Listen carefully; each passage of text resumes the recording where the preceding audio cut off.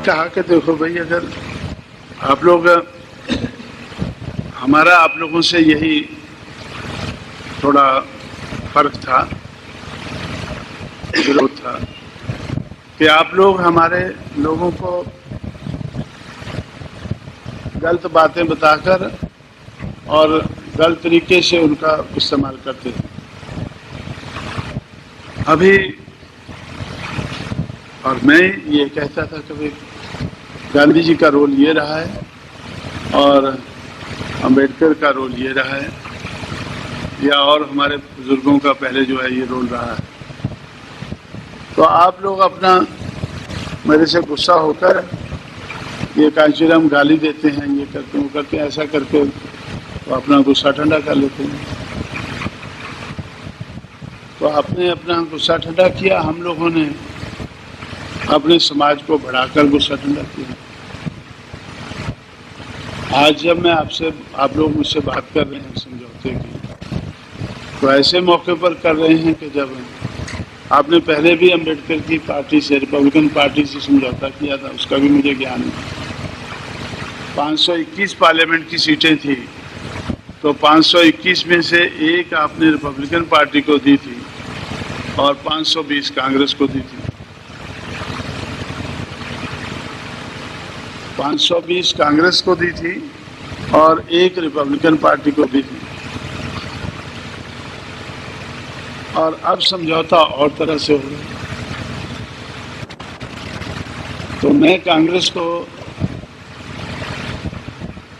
125 से एक सीट ज्यादा देने को तैयार हूँ। 300 सीट बीएसपी लड़ेगी और 125 कांग्रेस लड़ेगी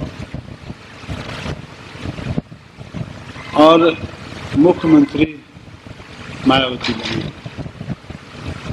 बीएसपी की जनरल सेक्रेटरी जो पहले मुख्यमंत्री रह चुकी है, तो अगर हमारी सरकार बनती है तो मुख्यमंत्री मायावती बनेगी। ये सारी चीजें पहले तय हो जानी चाहिए।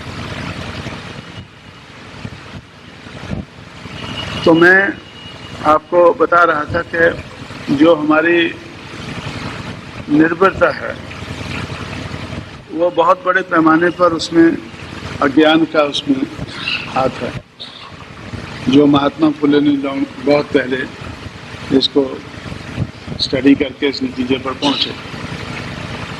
तो आज भी किसी और तरीके से हमारे समाज को अज्ञानी रखा जा रहा है। हमारे समाज को आज तक भी अज्ञानी रखा जा रहा है।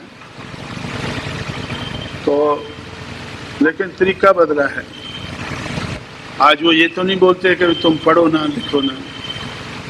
पढ़ना लिखना तो ठीक है, लेकिन उसके अलावा ही इतिहास को ही तोड़ मरोड़ कर पेश किया जाता है, क्योंकि पेश करना उनके हाथ में है।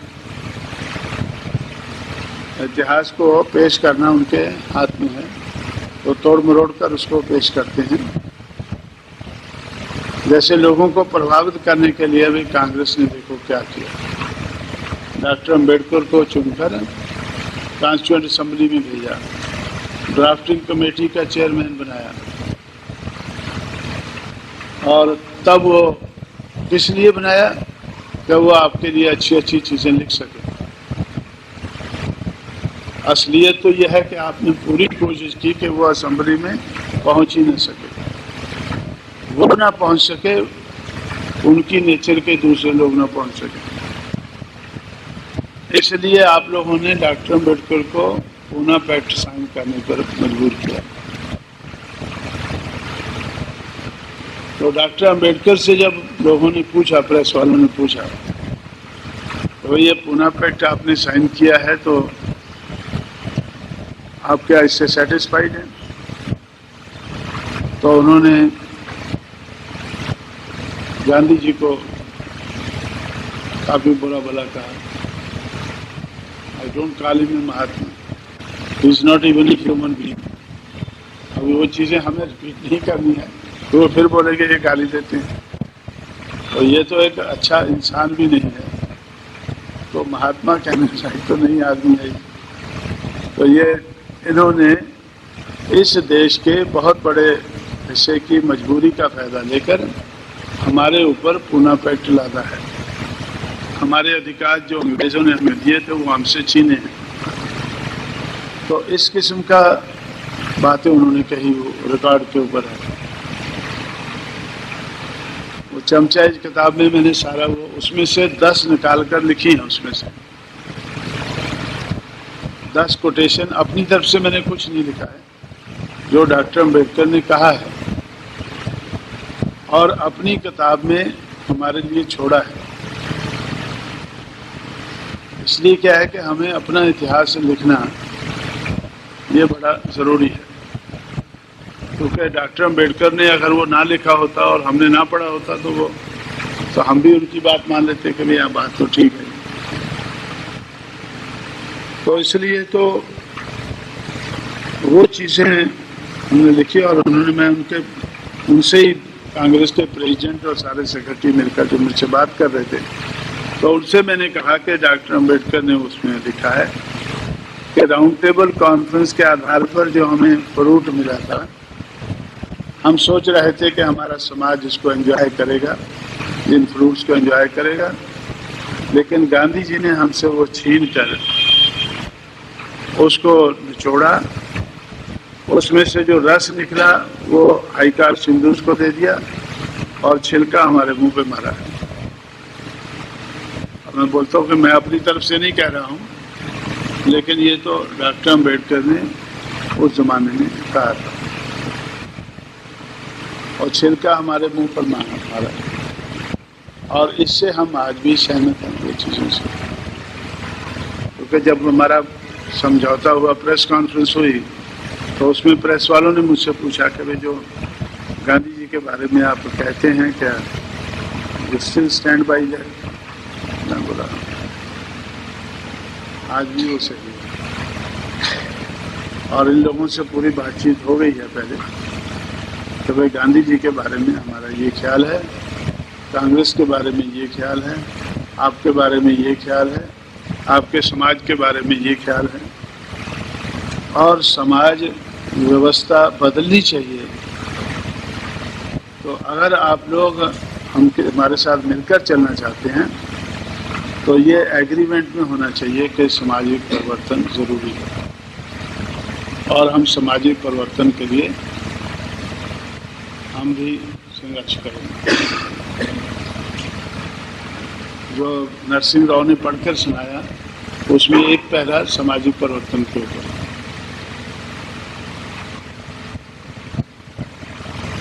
लेकिन मैंने उनसे कहा कि मैं ये समझता हूँ कि सामाजिक परिवर्तन लाना ये आपका काम नहीं है, ये हमें ही करना होगा।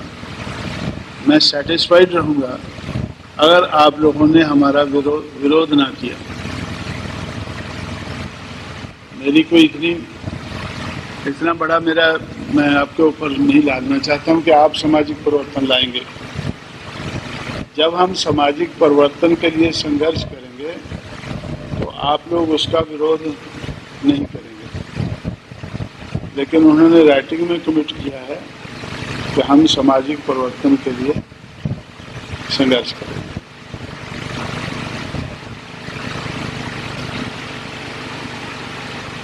तो ये मैं आपको, मेरा ख्याल ये कैंप जो है ये कुछ और नेचर का हो जाएगा, क्योंकि ये मैं जो बताया जो आप, मैं ये मान के चलता हूँ कि ये जो पहले हम कैंप में जो बातें बताते हैं वो पूरा बैकग्राउंड आप जान चुके हैं पहले। जैसे लोगों को प्रभावित करने के लिए भी कांग्रेस ने देखो क्या किया, डॉक्टर अम्बेडकर को चुनकर कॉन्स्टिट्यूएंट असेंबली में भेजा, ड्राफ्टिंग कमेटी का चेयरमैन बनाया, और तब वो किस लिए बनाया कि वो आपके लिए अच्छी अच्छी चीज़ें लिख सके। असलियत तो यह है कि आपने पूरी कोशिश की कि वो असेंबली में पहुंच ही न सके, वो ना पहुंच सके, उनकी नेचर के दूसरे लोग ना पहुंच सके। इसलिए आप लोगों ने डॉक्टर अम्बेडकर को पूना पैक्ट साइन करने पर मजबूर किया। तो डॉक्टर अम्बेडकर से जब लोगों ने पूछा, प्रेस वालों ने पूछा तो ये पूना पैक्ट आपने साइन किया है, तो आप क्या इससे सेटिस्फाइड हैं? तो उन्होंने गांधी जी को काफी बुरा भला कहा। I don't call him a Mahatma, he is not even a human being. अभी वो चीजें हमें रिपीट नहीं करनी है, तो वो फिर बोलेंगे ये गाली देते हैं, तो ये तो एक अच्छा इंसान भी नहीं है, तो महात्मा कहना चाहिए तो नहीं आदमी है। तो ये इन्होंने इस देश के बहुत बड़े हिस्से की मजबूरी का फायदा लेकर हमारे ऊपर पूना पैक्ट लादा है। हमारे अधिकार जो अंग्रेजों ने हमें दिए थे वो हमसे छीने हैं। तो इस किस्म का बातें उन्होंने कही, वो रिकॉर्ड के ऊपर है। वो चमचा इस किताब में मैंने सारा वो उसमें से 10 निकाल कर लिखी हैं, उसमें से 10 कोटेशन अपनी तरफ से मैंने कुछ नहीं लिखा है, जो डॉक्टर अम्बेडकर ने कहा है और अपनी किताब में हमारे लिए छोड़ा है। इसलिए क्या है कि हमें अपना इतिहास लिखना ये बड़ा ज़रूरी है, क्योंकि डॉक्टर अम्बेडकर ने अगर वो ना लिखा होता और हमने ना पढ़ा होता तो हम भी उनकी बात मान लेते कि भैया बात तो ठीक है। तो इसलिए तो वो चीज़ें हमने लिखी और मैं उनसे ही कांग्रेस के प्रेसिडेंट और सारे सेक्रेटरी मिलकर जो मुझसे बात कर रहे थे, तो उनसे मैंने कहा कि डॉक्टर अम्बेडकर ने उसमें लिखा है कि राउंड टेबल कॉन्फ्रेंस के आधार पर जो हमें फ्रूट मिला था, हम सोच रहे थे कि हमारा समाज इसको एंजॉय करेगा, जिन फ्रूट्स को एंजॉय करेगा, लेकिन गांधी जी ने हमसे वो छीन कर उसको निचोड़ा। उसमें से जो रस निकला वो हाईकार सिंधुस को दे दिया और छिलका हमारे मुंह पे मारा है। और मैं बोलता हूँ कि मैं अपनी तरफ से नहीं कह रहा हूँ, लेकिन ये तो डॉक्टर अम्बेडकर ने उस जमाने में कहा था और छिलका हमारे मुंह पर मारा। और इससे हम आज भी सहमत हैं वो चीज़ों से, क्योंकि जब हमारा समझौता हुआ, प्रेस कॉन्फ्रेंस हुई, तो उसमें प्रेस वालों ने मुझसे पूछा कि भाई जो गांधी जी के बारे में आप कहते हैं क्या स्टिल स्टैंड बाई दैट? मैं बोला आज भी वो सही है। और इन लोगों से पूरी बातचीत हो गई है पहले कि भाई गांधी जी के बारे में हमारा ये ख्याल है, कांग्रेस के बारे में ये ख्याल है, आपके बारे में ये ख्याल है, आपके समाज के बारे में ये ख्याल है, और समाज व्यवस्था बदलनी चाहिए। तो अगर आप लोग हमारे साथ मिलकर चलना चाहते हैं तो ये एग्रीमेंट में होना चाहिए कि सामाजिक परिवर्तन ज़रूरी है, और हम सामाजिक परिवर्तन के लिए हम भी संघर्ष करेंगे। जो नरसिंह राव ने पढ़कर सुनाया उसमें एक पैरा सामाजिक परिवर्तन के ऊपर।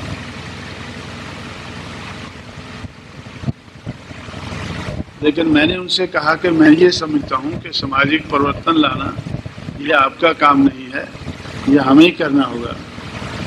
मैं सेटिस्फाइड रहूँगा अगर आप लोगों ने हमारा विरोध ना किया। मेरी कोई इतना बड़ा मैं आपके ऊपर नहीं लादना चाहता हूँ कि आप सामाजिक परिवर्तन लाएंगे।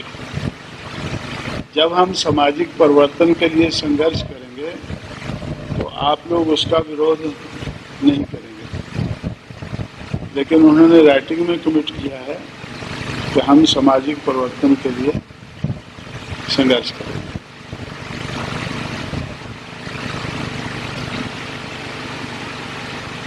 तो ये मैं आपको, मेरा ख्याल ये कैंप जो है ये कुछ और नेचर का हो जाएगा, क्योंकि ये मैं जो बताया मैं ये मान के चलता हूँ कि ये जो पहले हम कैंप में जो बातें बताते हैं वो पूरा बैकग्राउंड आप जान चुके हैं पहले।